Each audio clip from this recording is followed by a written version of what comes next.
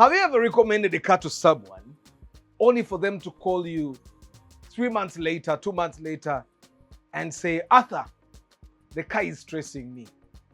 Well, it happens to me. And they don't do this because it's unreliable or because it's broken, but because it's living the wrong life.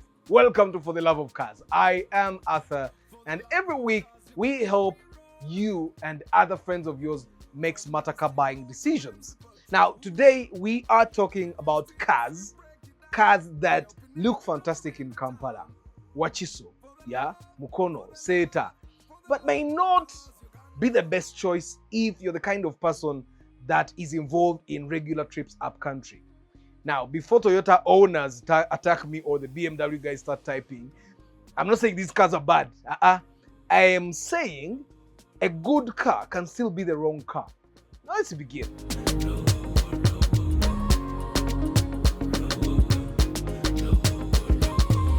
For the love of cars, Uganda, we roll. Now, low hybrids. Let's start with the Aqua, yeah, the Fielder hybrid, the Prius, Auris hybrid, yeah. These cars are brilliant in Kampala. Traffic, excellent. Fuel economy, they're unbeatable. Yeah, they're fantastic. Daily commuting, you cannot beat them.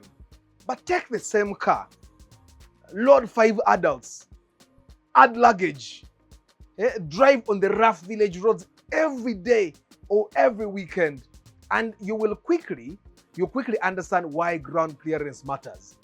You'll hear the bumper scrape, you'll hear the exhaust touch the ground. Sometimes even the underside will be scratching all over. If most of your driving is in town, then buy yourself a hybrid. But if your village road looks like a rally stage, you need to think twice. For the love of cars, Uganda. Now, the next category is obvious, the premium sedans. The model case is the Swagger, the E320. There is a car I drove from Kasanga to Mercedes-Benz, tried to get a Jikola review, and the car stressed me. I drove from Kasanga. When I got to Ntinda, I had a headache. I was being too careful. Now, imagine if I'm being that careful in Kampala. What happens when you take that car to Chanda Mukaka? You take it to Chabadaza.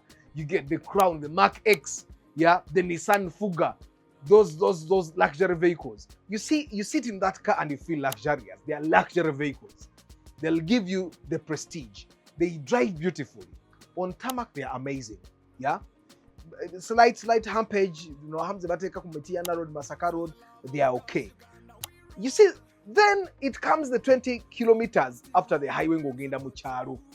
Yeah, deep potholes, sharp stones. Sharp the bad humps now you're no longer enjoying the car. You're negotiating with every pothole. You get, these cars were not built for abuse. You see, if most of your life is on smooth roads, you will love these cars. If half of your journey is rough every week, then they may be the worst choice. Togura Mark X nga jogenda ogenda bera mu kiteze muroka egenda kutama. Togura Nissan Fuga ngobe owa Benz okujja kwano ka 200 akagana 99 ako akali mu 111. Nezino okujja ngo oguze SUV. Now the small town cars, we all love the Vitz, we all love the Paso, we all love the Swift, we all love the Demio, we all love the Fit. Those cars are nice. They are cheap to maintain. They are easy to park.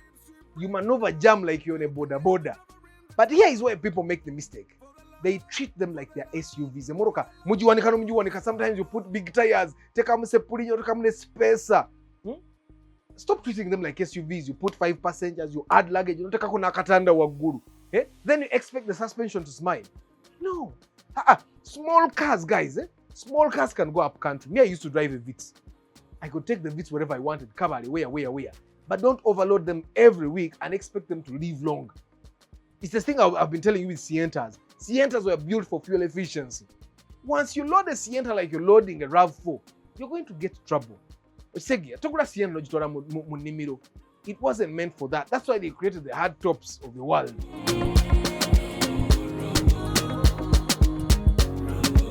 Now, crossovers that look tough. You know, a crossover can make you think it's an SUV, eh? Ugira boti, ngeri ebwamye, noloza nti soro kole mirimu Prado jekola. You see, the CHR, the Juke, the Vesel, even the CX3, you get it? They may look like SUVs, but many are really city cars wearing hiking boots. I think that's the best way to put it. Zamba de hiking boots nainga moroka za mu town. They are great for town. They are good on highways, even okay on light maram roads. Semuto, you get it? But don't confuse them with a Prado. I don't even try to compare them to a Prado or a Pajero or a Forester that's built for tough roads.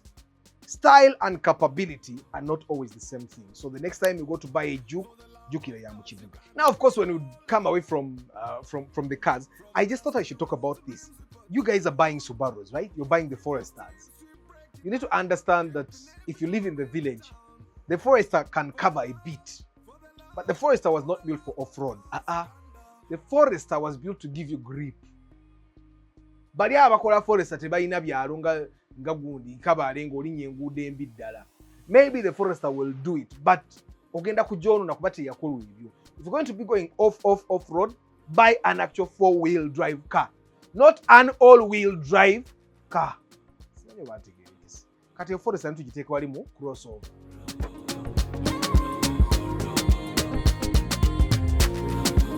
Now, of course, then this other thing that we do that will end up costing us a lot of money.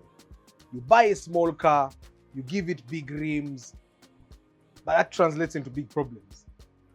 You buy a small car, you buy a Mark X, comes with 16-inch rims, you give it 18, you give it small tires. Now, obviously, this is not about a car, but it's about what people do to their cars. Someone buys a perfectly good car, removes the factory wheels. They don't even look at what was prescribed. They fit huge rims. They put very thin tires. Now the car looks amazing until the first potholes are boop. Ato upira wa low profile obutura. Yeah? You see, every time you hit a pothole, the rim starts bending. The tires starts getting bubbles. Then the ride starts becoming very rough, harsh.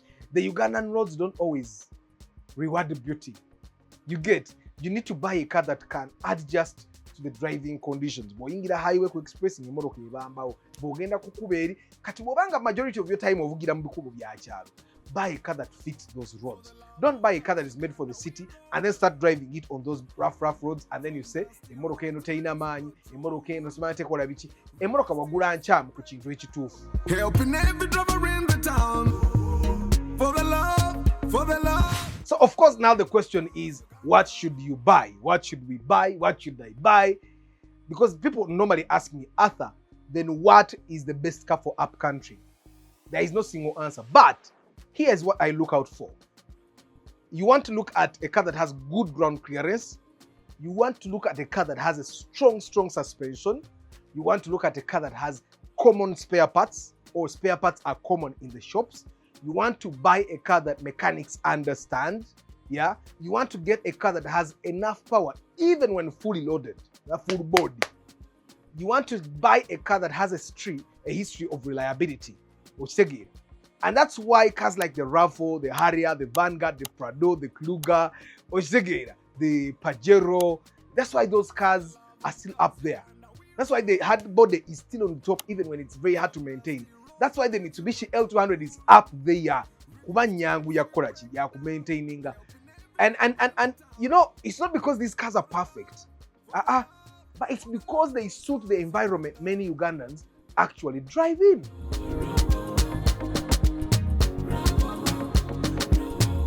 Now, the big mistake that most of you guys might or have already done, and I see this almost on the regular.